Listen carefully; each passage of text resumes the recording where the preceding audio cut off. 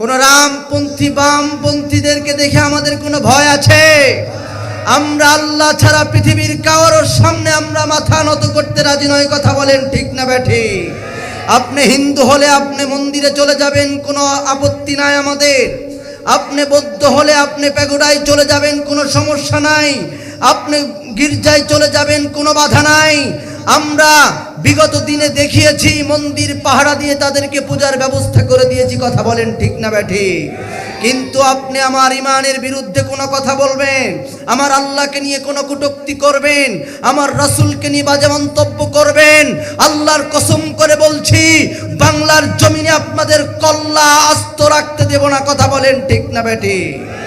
এ জমিন কারো বাপদাদার জমিন নয়, এ জমিন শরীয়তুল্লাহর জমিন, এ জমিন শাহজালাল ইয়ামিনীর জমিন, এ জমিন শাহ মাকদুমের জমিন, এ জমিন আল্লামা সাঈদীর জমিন, এ জমিন আউলিয়া কেরামের জমিন। কোন নাস্তিক মুরতাদ বেঈমান ভণ্ডের জন্য বাংলার জমিন আমরা ছেড়ে দেব না। কথা বলেন ঠিক না ব্যাঠিক? কলিজার টুকরা ভাইয়েরা আমার, আপনি কেন প্রশংসা করবেন? আজাবান লিআমরিল মুমিন ইন্না আমরাহু কুল্লাহু খায়র।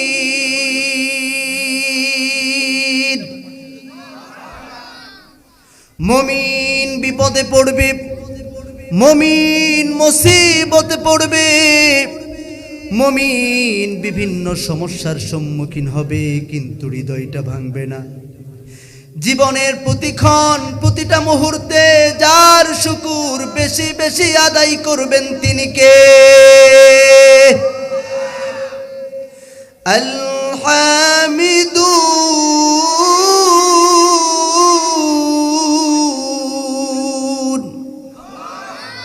মুমিন প্রশংসা করবে ফিস সাররাই ওয়াদ দাররা।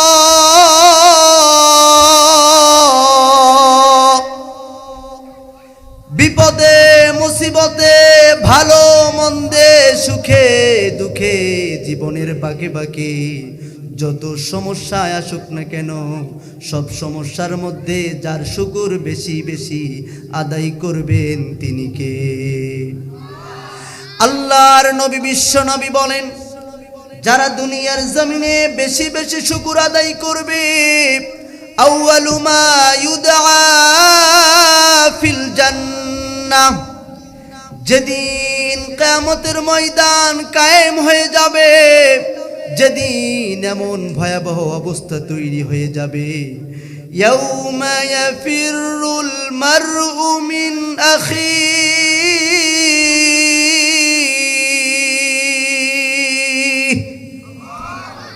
যেদিন ভাই ভাইয়ের থেকে পলায়ন করবে, যেদিন বোন ভাইকে দেখে পালিয়ে যাবে, প্রিয়তমা স্ত্রী স্বামীকে দেখে পলায়ন করবে, এমন কি যেই জন্মদাতা পিতা যিনি নিজে না খেয়ে সন্তানকে খাইয়েছেন, সন্তানের মুখের ডাক না শুনলে ভালো লাগে না, সন্তানকে একটা নজর না দেখলে ভালো লাগে না, সেই বাবা পর্যন্ত সন্তানকে দেখার সঙ্গে সঙ্গে পালিয়ে যাবে। মা জীবনের চাইতে যিনি সন্তানকে বেশি ভালোবাসেন, সন্তান ছাড়া কিছু ভালো লাগে না। সন্তান না খাইলে মা খাই না, সন্তান না ঘুমাইলে মা ঘুমাই না। সেই দরদি মা, সেই দরদি মা, গর্ভধারণী মা সন্তানকে দেখার সঙ্গে সঙ্গে পালিয়ে যাবে। আমার আল্লাহ ডাক দিয়ে বলে, গোলাম, সেই দিনটা এমন ভয়াবহ পরিস্থিতি হয়ে যাবে, সবাই যখন সবাইকে দেখে পলায়ন করবে, মানুষ তখন ইয়া নফসি করতে থাকবে। সেই কঠিন মুহূর্তে ভয়াবহ অবস্থার মধ্যে যখন জাহান্নামের ফয়সালা হয়ে যাবে, দুনিয়ার জমিনে যারা বেশি বেশি রবের শুকর আদায় করবেন, আমার আল্লাহ বলেন ওই সমস্ত গোলামদেরকে আমি হাসরের ময়দানের বিভিন্ন প্রান্ত থেকে খুঁজে খুঁজে বের করে জান্নাতের প্রথম কাতারে যিনি শামিল করে দিবেন তিনি কে? তাহলে প্রশংসা করার দরকার আছে না নাই? প্রশংসা করবেন কার? প্রশংসা করবেন কার? সব সময় প্রশংসা করবেন কার?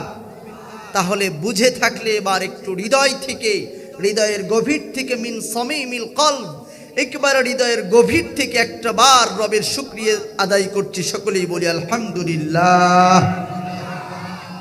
কলিজার টুকরা ভাইয়ের আমার, আপনার ভিতরে ঈমান আছে কি না আপনি কিভাবে বুঝবেন? সবাই তো দাড়িওয়ালা, সবার মাথায় টুপি, ঠিক না বেঠিক?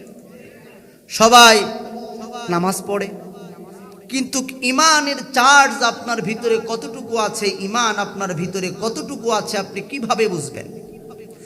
আল্লাহর নবী, বিশ্ব নবী বলেন, ইযা সাররাতকা হাসানাতুকা ওয়া সাআতকা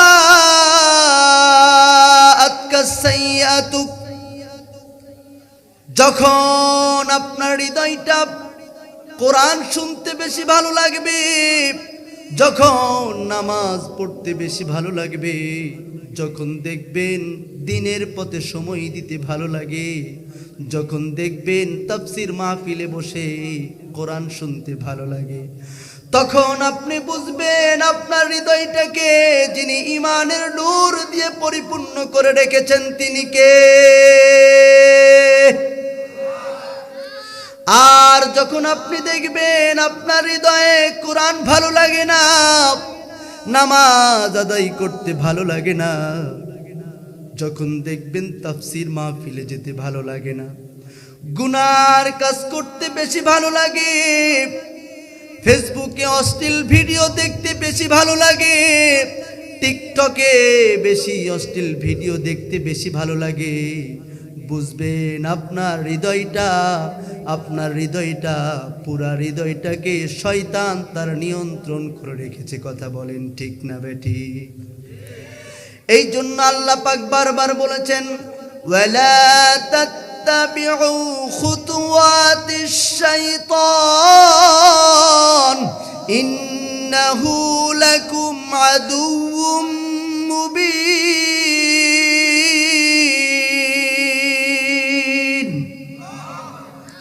আল্লাহ পাক ডাক দিয়ে বলছেন, ও আমার গোলামেরা, তোমরা শয়তানের পদাঙ্কনকে অনুসরণ করো না, কারণ শয়তান তোমাদের প্রকাশ্য শত্রু। শয়তান আমাকে চ্যালেঞ্জ করেছে, আল্লাহ পাক বলছেন শয়তান আমাকে চ্যালেঞ্জ করেছে, লা উগুইয়ান্নাহুম, ওগো মালিক তোমার গোলামরা জাহান্নামে, তোমার গোলামরা মৃত্যু আসার আগে আমি তাদেরকে জাহান্নামের পথযাত্রী করে ফেলবো। কিন্তু আমার আল্লাহ ডাক দিয়ে বলছেন, ইল্লাল মুখলাসিন,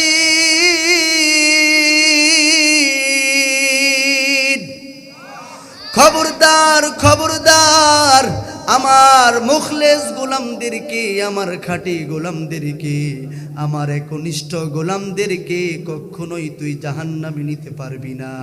সব সময় যিনি খাঁটি গোলামদেরকে, মুখলেস গোলামদেরকে রহমতের চাদর দিয়ে যিনি ঢেকে রাখেন তিনি কে? কলিজার টুকরা ভাইয়ের আমার, তাহলে সব সময়ের জন্য যাকে রব হিসাবে মেনে নিবেন তিনি কে? ভাই, জীবনে অনেক সময় নষ্ট করেছেন, অনেক সময় নষ্ট করেছেন, দয়া করে আজকের এই রাতটুকু আপনি নষ্ট করেন না। আপনি বৃদ্ধ মনে করছেন এখনো আমার সময় আছে, নো, আপনার সময় নেই, কারণ এই গ্যারেন্টি কেউ আপনাকে দেয় নাই, কারণ কোনো গোলামের এই গ্যারেন্টি দেওয়া নাই আসার সিরিয়াল আছে, যাওয়ার কোনো সিরিয়াল। মরণ থেকে পালাও তুমি, মরণ তোমায় লইবে ঘিরি, যদিও তুমি আকাশ পানে, লুকাও হেথায় লাগিয়ে সিঁড়ি। এ মহারোগের ঔষধ নাই, চিকিৎসা নাই ধরাতে, কাদিয়া কাতর হইলে কি হবে, পারিবে না তারে ফিরাতে। কবি বড় চমৎকার করে বলেছেন, আল মাউতু কাসুন কুল্লু নাসিন শারিবুন, আল কবরু বাইতুন কুল্লু নাসিন দাখিলুন। মৃত্যু এমন একটা পাত্র, যেই পাত্র থেকে সবাইকে পান করতে হয়। কবর এমন একটা বাড়ি, এমন একটা ঘর, যেই ঘরে সবাইকেই প্রবেশ করতে হবে। কবর কারো